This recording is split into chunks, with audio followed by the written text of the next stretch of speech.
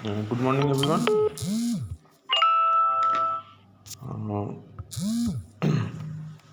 अच्छा, पिछले क्लास में मतलब लास्ट संडे में हम लोग जो जो टॉपिक्स डिस्कस किए थे हम एक बार आपको रिमाइंड करवा दे रहे हैं।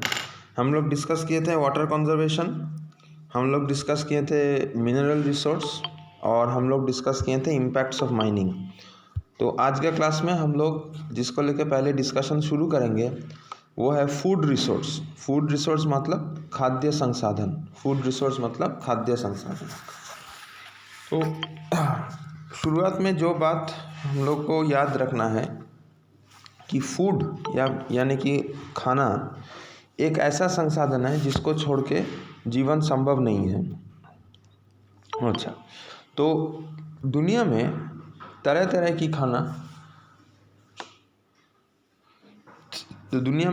की खाना उपलब्ध है, लेकिन उनमें से हम लोग सिर्फ कुछ ही दर्जन खाने को मतलब हमारे प्लेट में हम लोग उनको लाते हैं।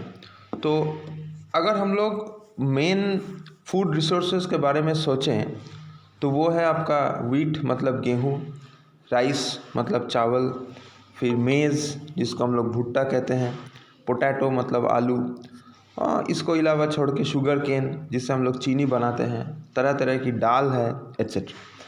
इसको छोड़ के हम लोग कुछ कॉमन फ्रूट्स हैं, फल जिसको हम लोग खाते हैं, या फिर अगर आप सोचिएगा कि वेजिटेबल्स हैं, तरह तरह की सब्जियां, और उसको छोड़ के जो एनिमल प्रोटीन्स है, मीट है, फिश हैं, और समुंदर से भी कुछ खाना हमको मिलता है।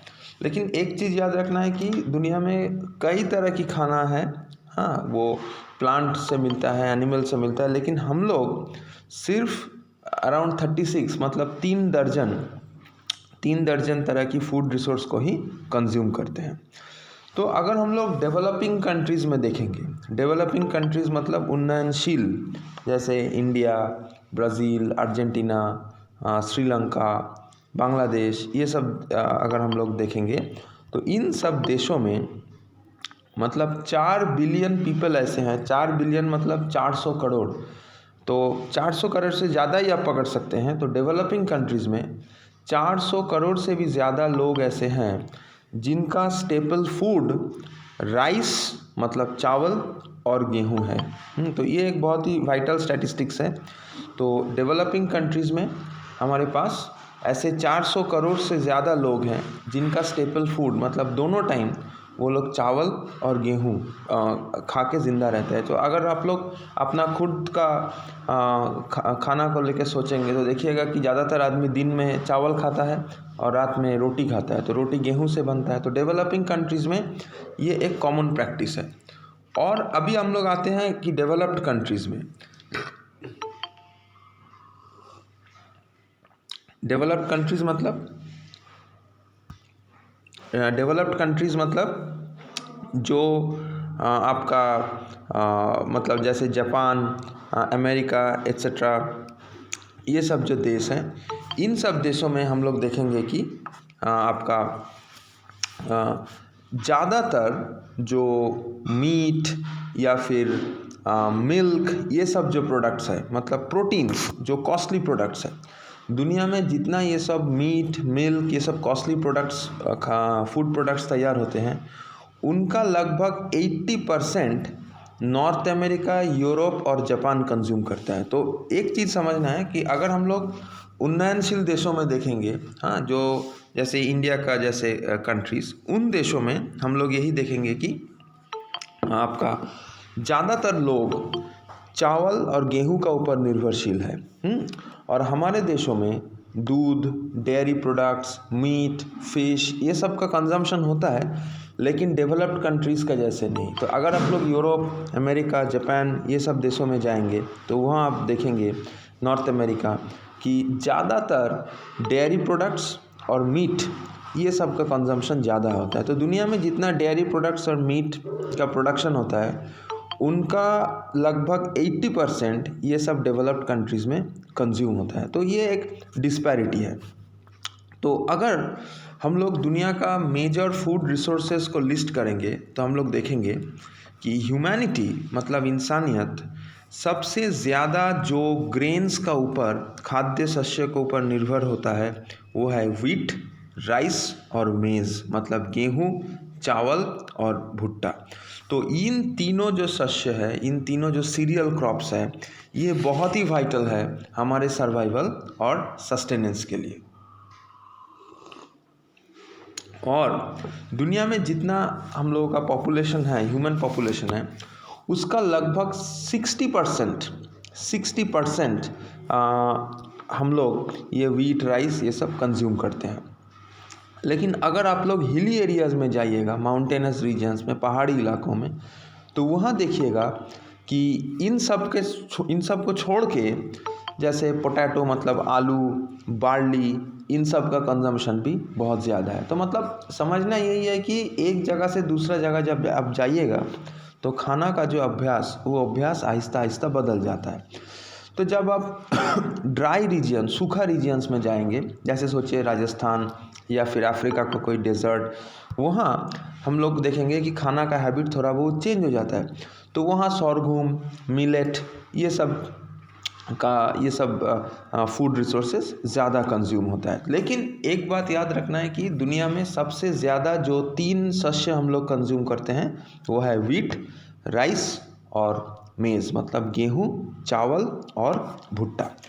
तो ये सब सीरियल्स को छोड़ के हम लोग तरह तरह की फल खाते हैं, इनको हम लोग फ्रूट्स कहते हैं। और ये जो फल है, ये फल ऐसे भी फल हैं जो सारा साल जिस दिन का उपलब्धि है, और ऐसे भी फल है जो सिर्फ कुछ सीजन्स में मिलता है। जैसे अब अगर हम लोग सोचेंगे कि आम, लीची ये जैसे फल कुछ सीजन्स में ही मिलते हैं, खरबूज ये सब गर्मी का सीज़न में ही मिलेगा। लेकिन ऐसे भी फल है जैसे केला एट्सेट्रा, ये सब फल पूरा साल मिलता है। तो मतलब फल का जो कंजम्पशन हमारे देश में या फिर पूरा दुनिया में होता है वो या फिर सीजनल फ्रूट्स है, मतलब जो फल कुछ सीज़न में ही मिलता है साल का कुछ पर्टिकुलर टाइम में, या फिर पीरिनियल फ्रूट्स। पीरिनियल मतलब जो फल सारा साल मिलता है। इसको छोड़ के हम लोग लगभग पूरी दुनिया में 20 डिफरेंट टाइप्स ऑफ वेजिटेबल्स को कंज्यूम करते हैं, मतलब 20 किस्म की सब्जियां हम लोग डेली बेसिस में कंज्यूम करते हैं। उनमें से कुछ सब्जियों का पत्ते हैं, कुछ सब्जियों का पत्ते नहीं हैं, मतलब some are leafy vegetables, some are non leafy vegetables. तो मतलब अभी तक हम लोग जो खाना को लिस्ट किए वो था, मेन फूड क्या था, राइस, व्हीट एंड मेज़, चावल, गेहूँ और भुट्टा। इसको छोड़ के हम लोग देखे थे कि हम लोग तरह तरह की फल का कंजम्पशन करते हैं। वो फल पूरा साल मिल सकता है या फिर कुछ सीजन्स में मिलता है, मतलब सीजनल फ्रूट्स या फिर पीरिनियल फ्रूट्स। इसको छोड़ के हम लोग कंज्यूम करते हैं 20 different types of vegetables, 20 different types of vegetables. और वेजिटेबल्स छोड़ के हम लोग ऐसे 15 अलग अलग स्पीशीज़ का दाल हम लोग कंज्यूम करते हैं। तो ये था प्लांट्स को लेके। अब आया एनिमल प्रोटीन्स, जिससे हम लोगों को प्रोटीन्स मिलता है। क्योंकि अगर आप लोग व्हीट, मेज़, राइस ये सब को लेके सोचेंगे तो उनसे हमको कार्बोहाइड्रेट्स मिलता है। तो वेजिटेबल से हमको कुछ विटामिन्स मिलता है, फाइबर्स मिलता है, राफेज, आपका फ्रूट से भी हमको विटामिन सी मिलता है। लेकिन प्रोटीन्स, कुछ प्रोटीन्स, प्लांट प्रोटीन्स हमको दाल से मिलता है, जिनको हम लोग इंग्लिश में पल्सेस कहते हैं। और बाकी जो प्रोटीन्स हैं, एनिमल प्रोटीन्स, हमको एनिमल से ही मिलता है, जैसे मीट। तरह तरह की मैमल्स हैं जिनको हम लोग काट के खाते हैं, जैसे बकरी एट्सेट्रा। दुनिया का कुछ जगह में तो बीफ भी चालू है, कुछ जगह में मटन, फिर चिकन, ये सब चालू खाना है। इसको छोड़ के जो डोमेस्टिक फाउल्स है, मतलब पक्षी, जैसे चिकन एक पॉपुलर पक्षी है जिसको हम लोग रेगुलर बेसिस में कंज्यूम करते हैं एनिमल प्रोटीन्स के लिए। ये सब का अलावा जैसे आप वेस्ट बंगाल में देखिएगा तो वेस्ट बंगाल में फ़िश का कंजम्पशन बहुत ज़्यादा है। तो हिंदुस्तान में सबसे ज़्यादा फ़िश का कंजम्पशन वेस्ट बंगाल में ही होता है। और फ़िश एक बहुत ही बढ़िया एनिमल प्रोटीन है। और ये जो फ़िश, ये सॉल्ट वाटर फ़िश हो सकता है, मीठा पानी का मछली, या फिर समुंदर का मछली मतलब आपका सॉल्ट वाटर फिश, और मीठा पानी का मछली मतलब फ्रेश वाटर फिश। तो ये हो गया तरह तरह की जो फूड रिसोर्सेज जिसको हम लोग कंज्यूम करते हैं। हम एक बार फिर से दोहराते हैं, आप लोग थोड़ा नोट कर लीजिएगा। पहला हम लोग कंज्यूम करते हैं सबसे अधिक परिमाण में व्हीट, राइस एंड मेज। उसको अलावा हम लोग कंज्यूम करते हैं तरह तरह की फ्रूट्स, फल जो सीजनल हो सकते हैं या फिर पीरिनियल हो सकते हैं। सीजनल मतलब साल का कुछ समय में जिनका उपलब्धि है, और पीरिनियल मतलब साल का पूरा साल में ही वो फल उपलब्ध हैं। इसका अलावा हम लोग कंज्यूम करते हैं लगभग 20 डिफरेंट टाइप्स ऑफ वेजिटेबल्स, 20 अलग अलग किस्म की सब्जियां, या इसको छोड़ के हम लोग 15 किस्म के दाल को कंज्यूम करते हैं, 15 species of what you can से पल्सेस।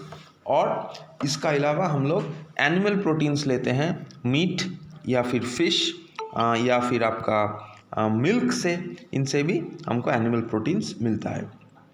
तो ये हो गया फूड एज अ रिसोर्स। तो आप लोग के क्वेश्चन लिख लीजिए। पहला क्वेश्चन लिखिए,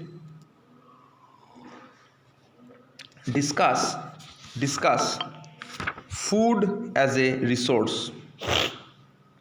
discuss food as a resource. Food as a resource.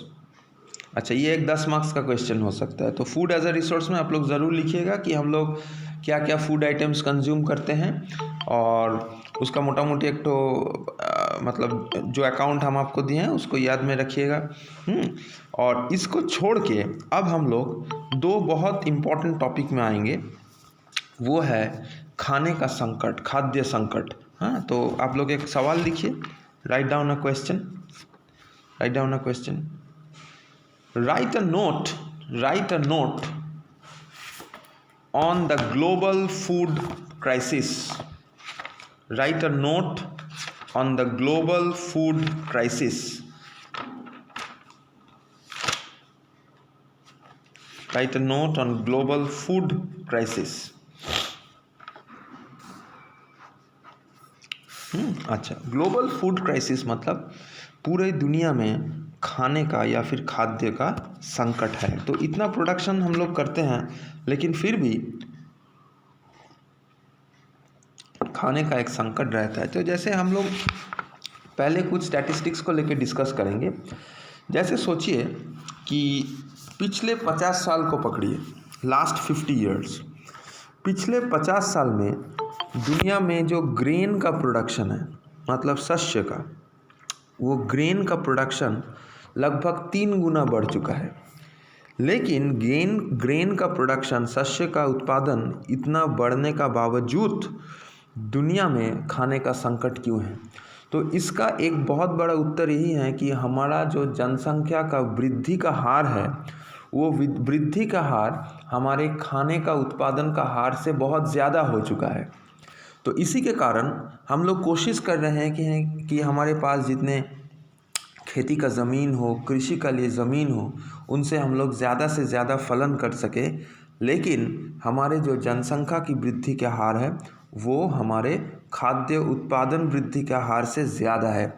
तो ये एक बहुत ही इम्पॉर्टेंट कॉज है, जो कारण के चलते हम लोग देखेंगे कि आपका दुनिया भर में खाद्य का संकट चल रहा है। इसका अलावा हम लोग ये भी जानेंगे कि खाने का जो संकट है वो लगभग हर साल लगभग 40 मिलियन पीपल को इफ़ेक्ट करता है। It kills nearly 40 million people every year. 1 million मतलब 10 लाख। और सबसे चिंता की बात यही है कि इन 40 मिलियन आदमियों में लगभग 20 मिलियन आर चिल्ड्रन, मतलब 20 मिलियन बच्चे हैं जिनका उम्र 1 से 5 साल के बीच में है। तो स्टैटिस्टिक्स यही कहते हैं कि पिछले 50 साल में हम लोग अब हमारे खाद्य उत्पादन का जो वृद्धि है वो 3 गुना हम लोग कर चुके हैं, लेकिन हमारे जनसंख्या की वृद्धि का हार उससे बहुत ज़्यादा है। इसके कारण पूरी दुनिया में खाने का संकट बढ़ता चल रहा है, और सालाना 40 मिलियन पीपल खाने का संकट का खाने का जो संकट उसका सम्मुख में वो लोग आते हैं और लगभग इसका 50% बच्चे हैं जिनका उम्र 1 साल से 5 साल है। तो ये हो गया दुनिया का स्टैटिस्टिक्स। ये हो गया दुनिया का स्टैटिस्टिक्स। अगर हम लोग इंडिया का स्टैटिस्टिक्स देखेंगे तो आज के भारत में हम लोग देखेंगे modern India, it is the largest producer of staple crops. मतलब आज का हिंदुस्तान सबसे अधिक परिमाण में चावल, गेहूं और भुट्टा का प्रोडक्शन करता है पूरी दुनिया में। लेकिन उसके बावजूद 300 मिलियन इंडियंस ऐसे हैं जिसका पास पर्याप्त परिमाण में खाना नहीं है। तो ये स्टैटिस्टिक्स थोड़ा याद रखिएगा कि आज के भारत, आधुनिक भारत, दुनिया का सबसे ज़्यादा परिमाण में हम लोग चावल, गेहूं और मकाई मतलब भुट्टा का प्रोडक्शन करते हैं। लेकिन आज के भारत में 300 मिलियन ऐसे भारतीय हैं जिनका पास पर्याप्त परिमाण खाना नहीं है। और अगर हम लोग हमारे कंपैरिजन यूनाइटेड स्टेट्स के साथ करें तो स्टैटिस्टिक्स यही बोलता है कि हमारे पास में जो ज़मीनी भाग है वो यूएसए का आधा है। मतलब यूएसए जितना बड़ा है, यूएसए का ज़मीनी भाग जितना है, हिंदुस्तान का ज़मीनी भाग उसका आधा है। लेकिन हमारी जो जनसंख्या है वो यूएसए का 3 गुना है। हमारी जनसंख्या यूएसए का 3 गुना है। तो यही एक कारण है कि हिंदुस्तान में भी हम लोग देखेंगे कि खाने का उत्पादन ज़्यादा होने के बावजूद भी हम लोग देखते हैं कि वहाँ भी खाने का संकट बढ़ता जा रहा है। अच्छा, अब हम लोग 2 इम्पॉर्टेंट टर्म्स को लेके थोड़ा आलोचना करेंगे। एक है अंडर नरिशमेंट और दूसरा है मेल नरिशमेंट। तो हम वो शब्द थोड़ा लिख रहे हैं, आप लोग नोट कीजिए। Undernourishment and malnourishment. Undernourishment and malnourishment. Undernourishment and malnourishment. ये 2 शब्द बहुत इंपॉर्टेंट शब्द हैं। तो इसका जो मतलब और इसका जो अंतर है वो भी समझना होगा। अंडर नरिशमेंट का मतलब जितना परिमाण खाना जो एक आदमी को खाना चाहिए, जब वो खाना उसके पास उपलब्ध नहीं है, मतलब सोचिए कि आपका 5 रोटी से पेट भरता है लेकिन आपका पास खाने के लिए सिर्फ हर रोज़ 1 ही रोटी आपका पास उपलब्ध है। तो ये जो सिचुएशन है ये हो गया अंडर नरिशमेंट का सिचुएशन। तो अंडर नरिशमेंट मतलब जितना खाना, जितना पर्याप्त परिमाण में खाना आपको खाना चाहिए, आपका पास उससे कम परिमाण में खाना उपलब्ध है। मतलब आप चाहकर भी एक एक्स्ट्रा रोटी, एक एक्स्ट्रा पीस ऑफ ब्रेड या फिर थोड़ा सा ज़्यादा चावल या दाल आपका पास उपलब्ध नहीं होगा। तो ये जो सिचुएशन है इसी को हम लोग बोलते हैं अंडर नरिशमेंट। अब मेल नरिशमेंट हम लोग किसे कहते हैं? मेल नरिशमेंट एक बहुत ही अद्भुत किस्म की खाने की समस्या है। कैसा?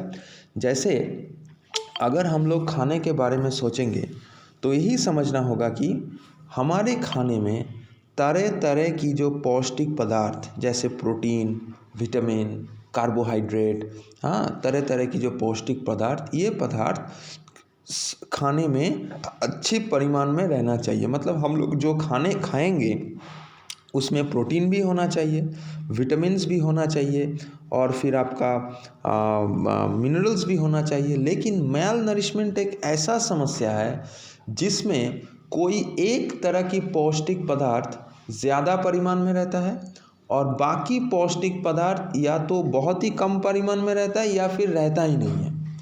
तो ये भी एक बहुत बड़ी समस्या है। तो अंडर नरिशमेंट मतलब जितना परिमाण में आपको खाना खाना चाहिए आपका पास उतना परिमाण उपलब्ध नहीं है।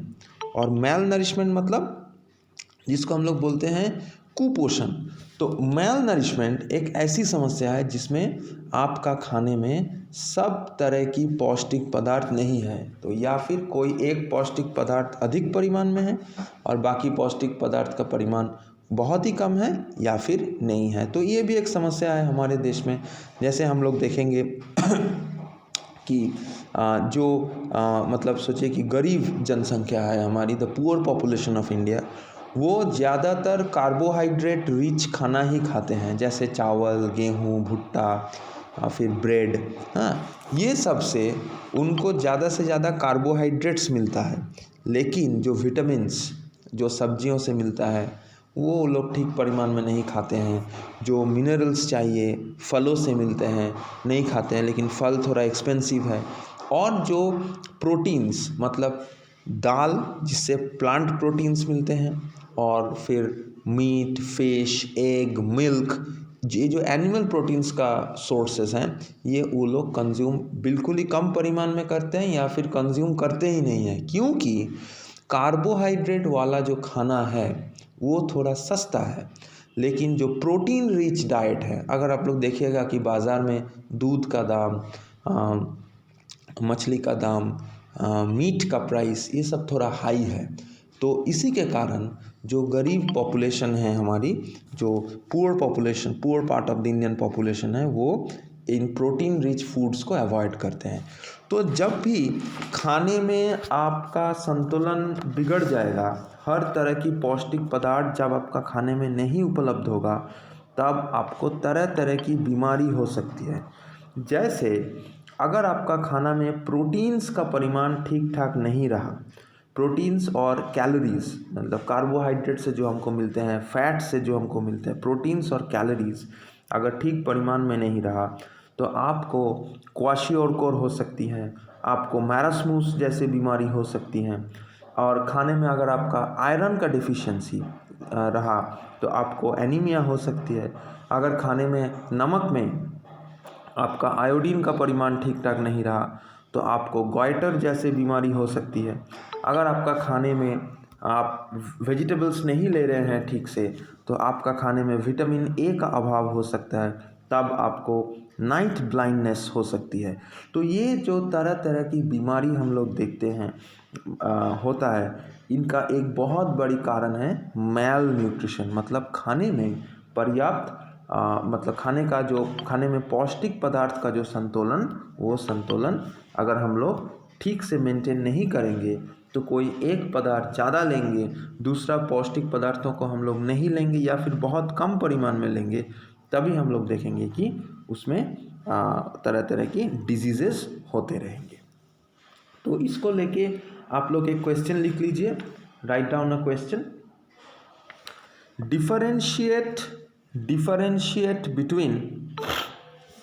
differentiate between malnutrition and undernutrition. Differentiate between malnutrition and undernutrition.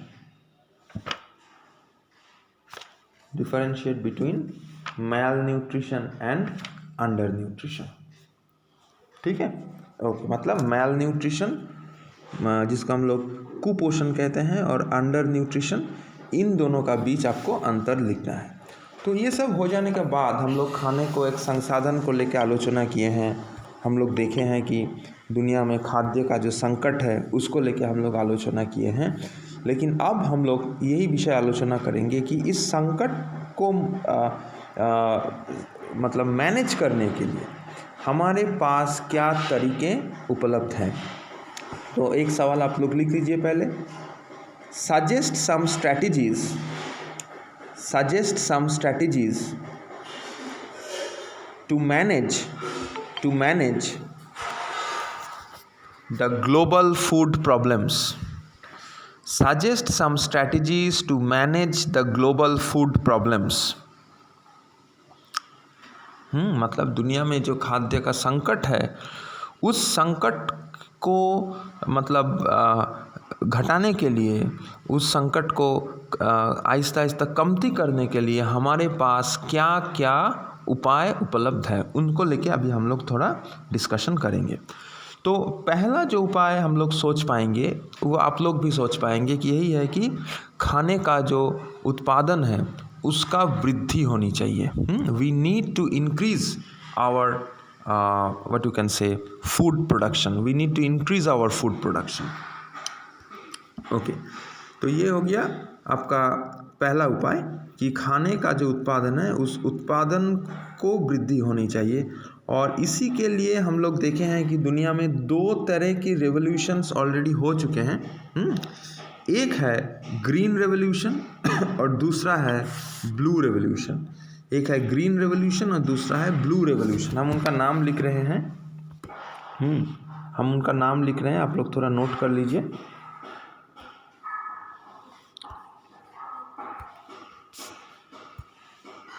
Green revolution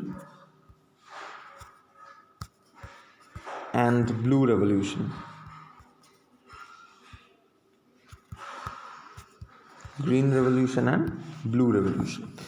तो खाने का जो उत्पादन उनमें वृद्धि लाने के लिए ग्रीन रेवोल्यूशन मतलब हमारे जो स्टेपल्स हैं, मतलब जो सीरियल्स हैं, चावल, गेहूँ, मकाई, इनका जो प्रोडक्शन है, इनका प्रोडक्शन में बढ़ोतरी लाने के लिए ग्रीन रेवोल्यूशन।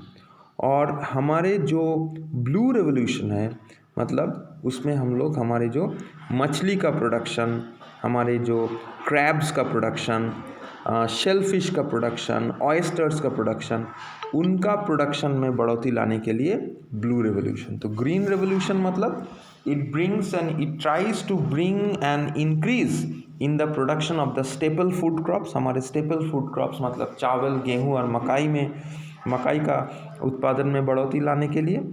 और ब्लू रेवोल्यूशन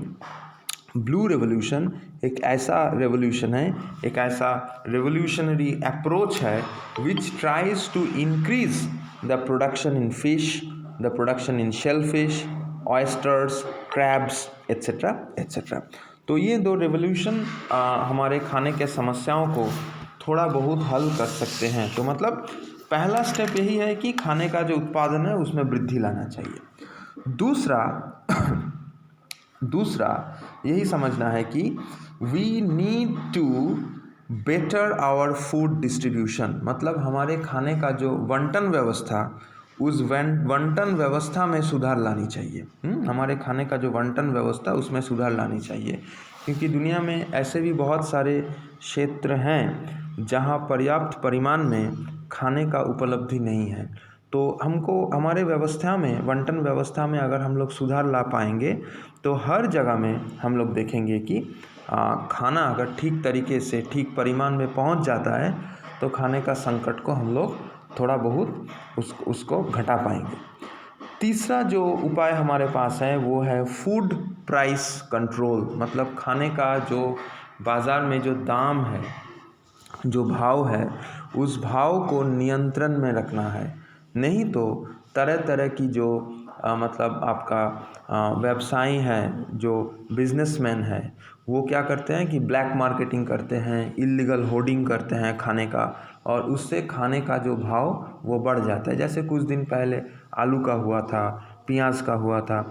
तो इसमें अगर गवर्नमेंट कंट्रोल ला पाएंगे तो ज़रूर खाने का संकट में हम लोग थोड़ा बहुत रोक लगा पाएंगे। अच्छा, इसका बाद फूड प्राइस कंट्रोल का बाद एक और स्ट्रैटेजी है बेटर स्टोरेज एंड रेफ्रिजरेशन, मतलब हमारे जो खाद्य का उत्पादन है उसका जो स्टोरेज वो और बेहतर तरीके से हमको स्टोर करना है और उसको और बेहतर तरीके से हमको रेफ्रिजरेट करना है। तो जैसे हम लोग सीरियल क्रॉप्स के बारे में सोचेंगे, चावल, गेहूँ, मकाई, तो उनका स्टोरेज ठीक होना चाहिए, लेकिन उनका रेफ्रिजरेशन का दरकार नहीं है, उनको फ्रिज में रखने का दरकार नहीं है। तो फ्रिज में हम लोग पेरिशेबल आइटम्स को रखते हैं, जैसे सब्जियां। हाँ, आप लोग सुने होंगे कि आलू को कोल्ड स्टोरेज में रखा जाता है। क्यों? क्योंकि आलू एक सब्जी है और जो आहिस्ता आहिस्ता ख़राब होते जाएगा। तो मतलब ये जो सब्जियां हैं, फल हैं, इनको कोल्ड स्टोरेज में रखना है, अंडर रेफ्रिजरेशन में रखना है, तभी ये पूरी साल हमारे पास बाज़ार में उपलब्ध होंगे। इसको छोड़ के एक और स्ट्रैटेजी जो बहुत इम्पोर्टेंट है we have to reduce and ultimately stop food wastage. तो खाने का जो बर्बादी, ये एक बहुत बड़ा समस्या हमारे देश में है। तो हिंदुस्तान इतना खाना बर्बाद करते हैं कि एक और हिंदुस्तान को उससे खिलाया जा सके। तो India wastes enough food to feed another India. तो अगर ये खाने का बर्बादी बंद नहीं होगा तो समस्या यही होगी कि हमारे पास खाने का जो संकट, उस संकट का हमारे पास कोई जवाब नहीं होगा। तो खाने का बर्बादी को पहले रोकना होगा। जैसे जल को लेके हम लोग आलोचना किए थे कि जल संरक्षण ज़रूर करेंगे, लेकिन संरक्षण का पहले हमको जल का जो वेस्टेज, वाटर वेस्टेज रोकना है। खाने का लिए भी वो सेम स्ट्रैटेजी, खाने का वेस्टेज को बढ़िया तरीके से रोकना है। और lastly we need to control our population. हमारी जो जनसंख्या है, उस जनसंख्या में जो वृद्धि हो रही है, उस वृद्धि में हमको रोक लगाना है। तो अगर उस जनसंख्या वृद्धि में हम लोग रोक नहीं लगाएंगे तो खाने का संकट कभी नहीं घटेगा। तो I am repeating the strategies for management of food problems. Number 1, we have to increase our food production, मतलब खाने का उत्पादन में वृद्धि लाना होगा। नंबर 2, खाने का जो बंटन व्यवस्था, उस बंटन व्यवस्था में सुधार लाना है, उस बंटन व्यवस्था को और उन्नत करना है। नंबर 3, बाज़ार में खाने का जो भाव है, जो दाम है, उसमें नियंत्रण चाहिए सरकार की तरफ से। नंबर 4, खाने का स्टोरेज, जहाँ हम लोग खाना को रखेंगे, और रेफ्रिजरेशन मतलब कोल्ड स्टोरेज, ये बेहतर होना चाहिए ताकि खाना बर्बाद ना हो। Number 5, we need to stop food wastage, किसी भी किस्म में हमको खाने का बर्बादी को रोकना है। And number 6, we need to control the population, हमारी जनसंख्या को नियंत्रित करना है। तो अगर हम लोग जनसंख्या में नियंत्रण नहीं ला पाएंगे तो कभी भी खाद्य संकट नहीं घटेगा, खाद्य संकट बढ़ता ही जाएगा। तो इसी के साथ हम लोग हमारे जो फूड रिसोर्स हैं उसको लेके हमारे डिस्कशन ख़त्म करते हैं।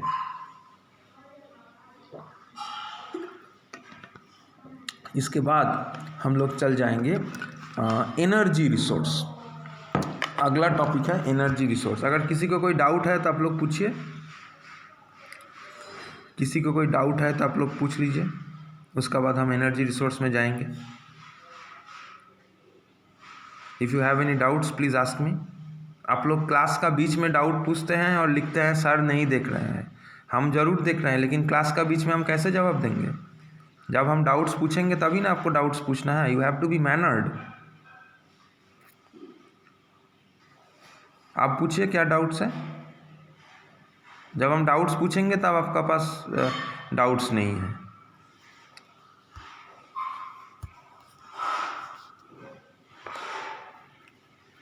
और बीच में माइक ऑन मत करो। जिसका माइक हम ऑन देखेंगे उसको हम क्लास से निकाल देंगे। नहीं, ये ऑनर्स का क्लास नहीं है। This is a class of the BA programme students and you are suppose to know that. ये ऑनर्स का क्लास नहीं है, ये BA प्रोग्राम हिंदी शिफ्ट का क्लास है। जो भी यहाँ मतलब यहाँ सिर्फ ज्योग्राफी ऑनर्स का स्टूडेंट्स अलाउड है। हिंदी शिफ्ट का ज्योग्राफी ऑनर्स का स्टूडेंट्स अलाउड है। बाकी हिंदी शिफ्ट का कोई भी ऑनर्स का स्टूडेंट्स यहाँ ज्वाइन नहीं करेंगे। अगर आप ज्वाइन कर रहे हैं तो निकल जाइए।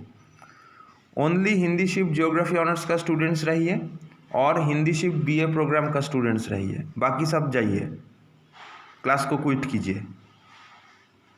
Only Hindi shift geography honours का स्टूडेंट्स रहिए ना। वो तो मेरा प्रॉब्लम नहीं है, एक्स्ट्रा स्टूडेंट्स तो ऐड होंगे। कोई रूटीन नहीं फॉलो करता है, सुबह होते ही फ़ोन ऑन कर देता है, जो क्लास है उसमें घुस जाता है।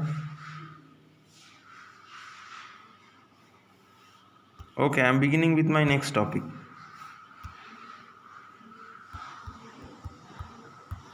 सिर्फ हिंदी शिफ्ट का ज्योग्राफी ऑनर्स का स्टूडेंट्स रहेगा और हिंदी शिफ्ट का BA प्रोग्राम का स्टूडेंट्स रहेगा। बाकी हिंदी शिफ्ट ऑनर्स का क्लास ये नहीं है।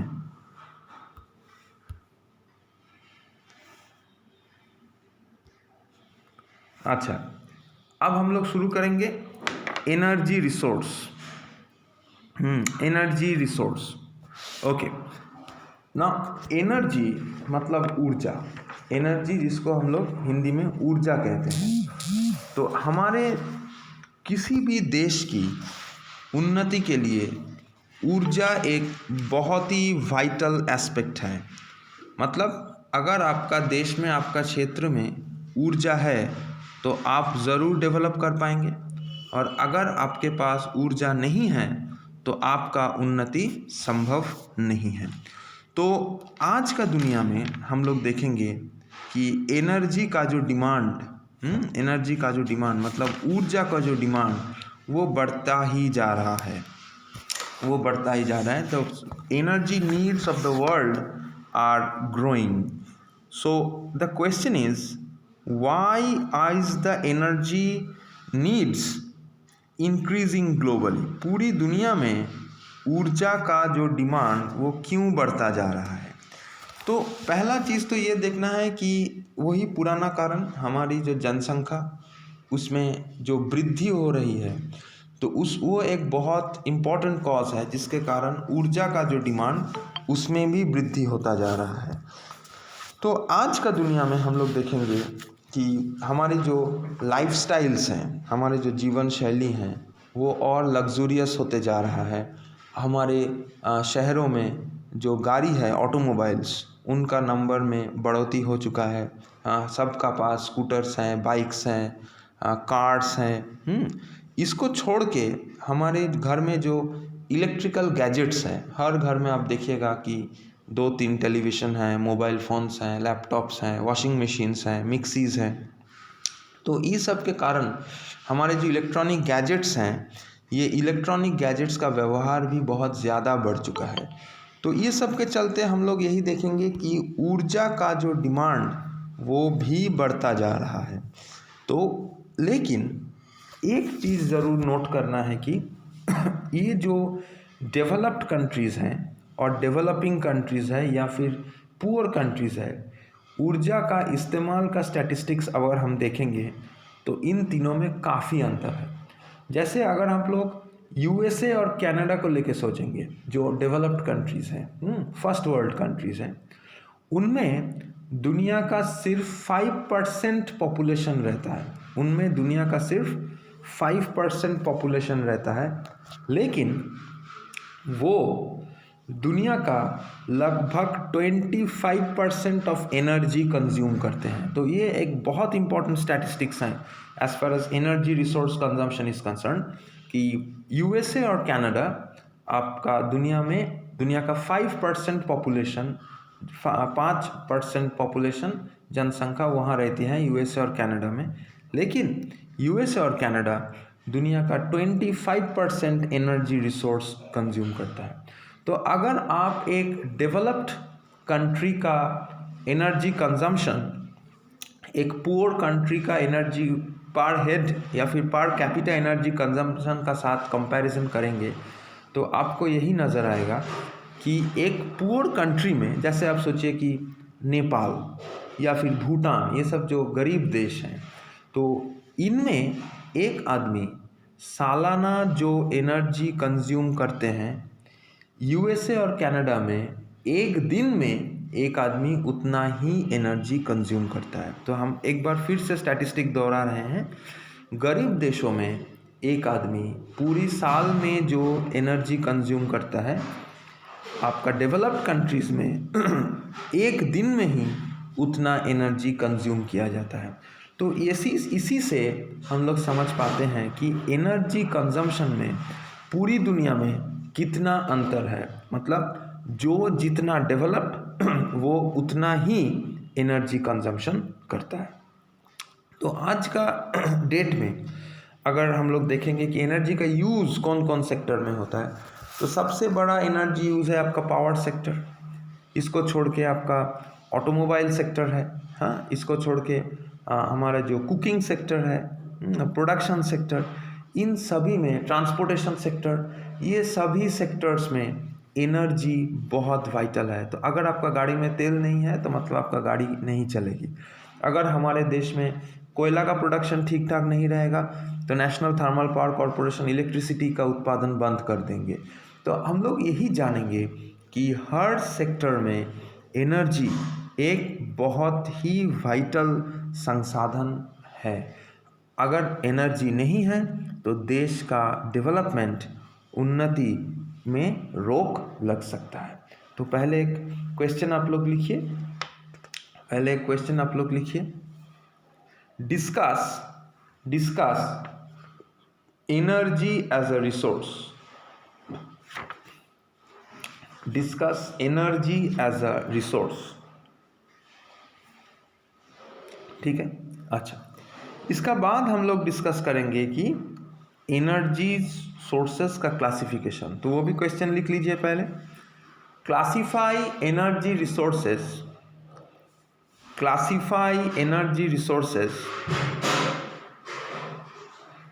and define them. Classify energy resources and define them. मतलब ऊर्जा का जो संसाधन है उसको हम लोग क्लासिफाई करेंगे और फिर वो क्या है उसको लेके भी हम लोग थोड़ा आलोचना करेंगे। तो ऊर्जा का जो संसाधन है उसको हम लोग दो प्रकार में बांट सकते हैं। एक है आपका रिन्यूएबल एनर्जी और दूसरा है नॉन रिन्यूएबल। हम लिख दे रहे हैं, आप लोग नोट कर सकते हैं। Renewable energy, renewable and non renewable energy resources. Renewable and non renewable energy resources. Renewable मतलब जो पुनर्नवीकरण योग्य है और नॉन रिन्यूएबल मतलब जो पुनर्नवीकरण अयोग्य है। तो रिन्यूएबल रिसोर्स या फिर रिन्यूएबल जो एनर्जी रिसोर्सेज हैं, ऊर्जा का संसाधन है, वो प्रकृति में असीमित परिमाण में है, जैसे सौर शक्ति, वायु शक्ति, और वो प्रकृति में हमेशा ही उत्पन्न होते जा रहा है। मतलब it is a flow resource. अगर हम लोग रिन्यूएबल रिसोर्स को सोचेंगे तो वो एक फ्लो रिसोर्स है। फ्लो रिसोर्स मतलब जिसका उत्पादन प्रकृति में कंटिन्यूअसली होते जा रहा है और इसका परिमाण भी असीमित है। तो हम लोग चाहकर भी इसको ख़त्म नहीं कर पाएंगे। तो अगर आप लोग सोचेंगे कि सूरज का सारा शक्ति को ख़त्म कर देंगे तो वो पॉसिबल नहीं है, वायु का सारा शक्ति को ख़त्म कर देंगे तो वो भी पॉसिबल नहीं है, भूतापीय शक्ति को ख़त्म कर देंगे तो वो भी पॉसिबल नहीं है। तो ये सब जो एनर्जी का संसाधन है, ऊर्जा का संसाधन है, ये सब का परिमाण असीमित है। ये फ्लो रिसोर्स है, ये प्रकृति में निरंतर इसका उत्पादन होते जा रहा है और इसी के कारण हम इसको बोलते हैं रिन्यूएबल रिसोर्स, मतलब पुनर्नवीकरण योग्य। तो एग्जामिनेशन के लिए हम लोग जो रिन्यूएबल रिसोर्स से स्टडी करेंगे वो आप लोग थोड़ा नोट कर लीजिए। लिखिए, नंबर 1 सोलर एनर्जी मतलब सौर शक्ति। सोलर एनर्जी मतलब सौर शक्ति। नंबर 2 विंड एनर्जी मतलब वायु शक्ति। विंड एनर्जी मतलब वायु शक्ति। नंबर 3 हाइड्रो पावर मतलब जल शक्ति। हाइड्रो पावर मतलब जल शक्ति। Number 4 tidal energy. Tidal TIDAL tidal energy. Tidal energy. Tidal energy का हिंदी हमको मालूम नहीं है, अगर किसी को मालूम है तो आप लोग थोड़ा चैट बॉक्स में लिख दीजिए। टाइडल एनर्जी का हिंदी परिभाषा क्या होगा, थोड़ा लिख दीजिए। Tidal energy. इसका बाद आपका लिखिए, हाँ, ज्वारीय शक्ति। Very good. हाँ, ज्वारीय शक्ति। टाइडल एनर्जी मतलब ज्वारीय शक्ति। Very good, thank you. अच्छा, इसका बाद लिखिए जियोथर्मल एनर्जी। ज्वारीय ऊर्जा। Very good. अच्छा, जियोथर्मल एनर्जी मतलब भूतापीय शक्ति। जियोथर्मल एनर्जी मतलब भूतापीय शक्ति। और लास्टली लिखिए biomass energy. Biomass energy. Biomass energy. Biomass मतलब जीव भर का शक्ति। बायोमास मतलब जीव भर का शक्ति। तो these are the energy resources, renewable energy resources मतलब पुनर्नवीकरण योग्य जो ऊर्जा के संपद हैं, संसाधन हैं, इन्हीं सब को लेके हम लोग आलोचना करेंगे। इसका बाद आता है non renewable resource. Non renewable मतलब जो पुनर्नवीकरण अयोग्य है, मतलब उनका परिमाण प्रकृति में सीमित है। जैसा हम लोग कोयले को लेके जानते हैं, तेल को लेके जानते हैं, नेचुरल गैस को लेके जानते हैं। तो ये सब जो ऊर्जा की संसाधन है, इनका परिमाण प्रकृति में सीमित है, मतलब दीज आर स्टॉक रिसोर्सेज। तो रिन्यूएबल शक्ति ऊर्जा अगर फ्लो रिसोर्सेज हैं, तो नॉन रिन्यूएबल होगी आपका स्टॉक रिसोर्स। स्टॉक मतलब जिसका परिमाण प्रकृति में सीमित है।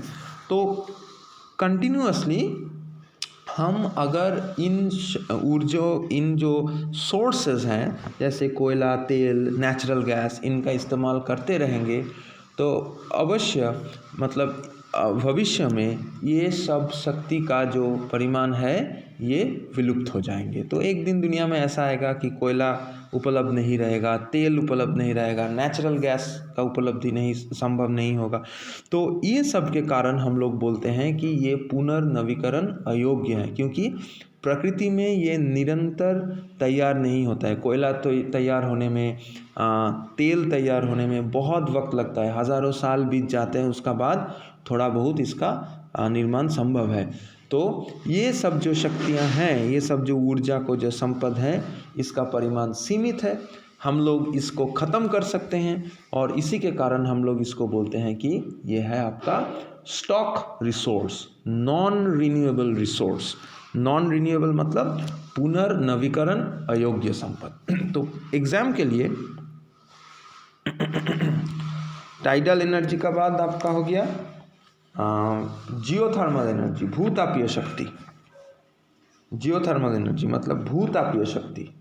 और लास्टली बायोमास एनर्जी, जीव भर का शक्ति। ठीक है। अच्छा, अब जो नॉन रिन्यूएबल एनर्जी सोर्स हम लोग एग्जाम के लिए पढ़ेंगे वो आप लोग थोड़ा नोट कीजिए। नंबर 1 कोल मतलब कोयला, जियो GEO, ओ जियो तो आपका फ़ोन का नेटवर्क हो गया, JIO नहीं, GEO हम लिख दे रहे हैं, GEO geothermal, it's not JIO, geothermal. हाँ, जियो मतलब भू, पृथ्वी, जियो मतलब भू, पृथ्वी। अच्छा, हाँ, तो एग्ज़ाम के लिए हम लोग जो नॉन रिन्यूएबल सोर्सेज को लेके पढ़ेंगे आप लोग नोट कीजिए। नंबर 1 कोल मतलब कोयला, नंबर 2 ऑयल या फिर पेट्रोलियम, ऑयल तेल मतलब पेट्रोलियम, और नंबर 3 लिखिए नेचुरल गैस, प्राकृतिक गैस, नेचुरल गैस, प्राकृतिक गैस। नंबर 4 न्यूक्लियर एनर्जी मतलब पारमाणविक शक्ति, पारमाणविक शक्ति, न्यूक्लियर एनर्जी। ठीक है। तो एग्जाम के लिए हम लोग यही चारों शक्तियों को लेके पढ़ेंगे। नॉन रिन्यूएबल कोल, पेट्रोलियम, आपका नेचुरल गैस और न्यूक्लियर एनर्जी। तो आज का क्लास में हम लोग थोड़ा बहुत सोलर एनर्जी को लेके आलोचना शुरू करते हैं। अगला क्लास में हम लोग कंटिन्यू करेंगे। सोलर एनर्जी मतलब सूरज का प्रकाश से जो शक्ति हमारे पास उपलब्ध है, और ये एक बहुत ही बढ़िया शक्ति का, ऊर्जा का आधार है। क्यों? क्योंकि सूर्य का प्रकाश कभी ख़त्म नहीं होगा और वो दुनिया में बहुत आसानी से उपलब्ध भी है। दुनिया का जो गर्म देश हैं जैसे इंडिया, उनमें साल का ज़्यादातर दिनों में हम लोग सूर्य का प्रकाश मिलता है। और अगर आप यही सोचेंगे कि ग्रीन प्लांट्स, अगर आप यही सोचेंगे कि ग्रीन प्लांट्स जो ऑक्सीजन प्रोड्यूस करते हैं फोटोसिंथेसिस के ज़रिए, वो फोटोसिंथेसिस करते हैं सूर्य का प्रकाश को काम में लगा के, और सूर्य का प्रकाश का एक बहुत ही छोटा अंश को काम में लगा के वो लोग पूरा दुनिया में ऑक्सीजन का प्रोडक्शन कर देते हैं।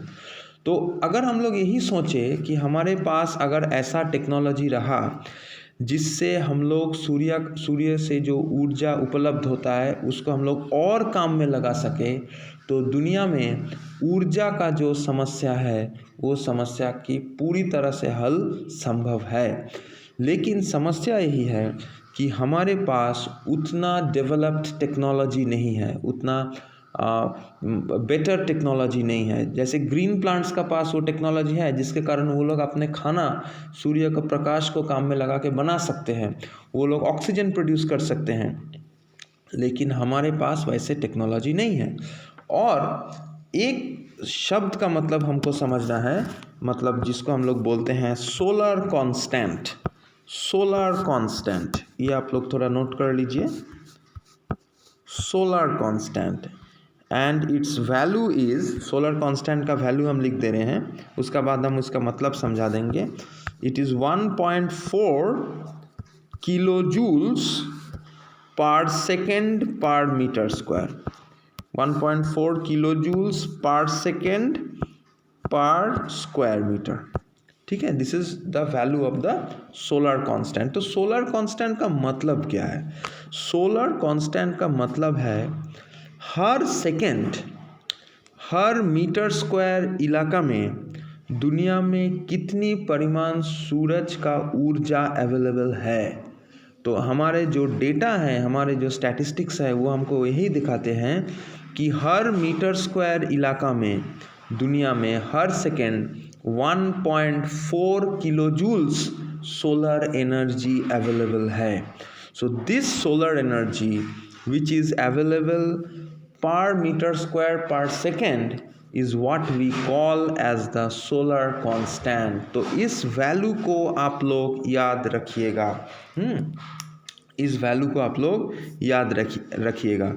तो इसको अलावा अगर हम लोग देखेंगे कि हमारे पास तो उतना बढ़िया टेक्नोलॉजी नहीं है सोलर एनर्जी के लेके, तो लेकिन हम कुछ टेक्नोलॉजीज़ को बेटर किए हैं जिसका इस्तेमाल करके हम लोग सोलर एनर्जी को और बेहतर तरीके से इस्तेमाल कर सकते हैं। जैसे हमारे पास सोलर सेल्स हैं, हमारे पास सोलर कुकर्स हैं, हमारे पास सोलर वाटर हीटर्स हैं। तो ये 3 टेक्नोलॉजी हमको एग्ज़ाम के लिए पढ़ना है। तो आप लोग नोट कर लीजिए, सोलर एनर्जी में हम लोग कौन कौन टेक्नोलॉजी को लेके पढ़ेंगे। नंबर 1 लिखिए, solar cell. Solar cell. Number 2 लिखिए, solar cooker. Solar cooker. Number 3 लिखिए, सोलर वाटर हीटर।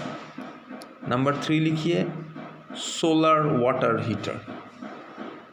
ठीक है, तो अगला क्लास में जब हम लोग भेंट करेंगे तब हम लोग इनको लेके आलोचना शुरू कर देंगे, सोलर सेल, सोलर कुकर और सोलर वाटर हीटर। उसका बाद हम लोग दूसरा जो ऊर्जा का जो संसाधन है नॉन रिन्यूएबल, उसको लेके आलोचना कंटिन्यू करेंगे। तो आज का क्लास हम लोग यही ख़त्म करेंगे।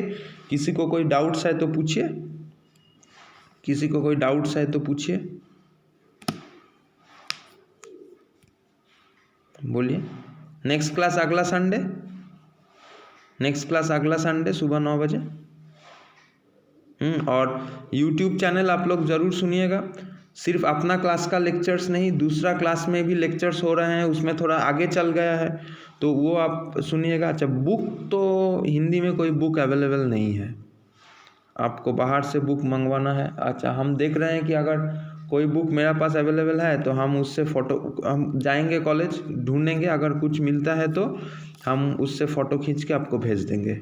हाँ, आपका टीचर्स को भेज देंगे। हाँ, यूट्यूब में आएगा, यूट्यूब में आप लोग हिंदी में और बढ़िया लेक्चर सुन पाएंगे। मेरा तो हिंदी उतना अच्छा नहीं है।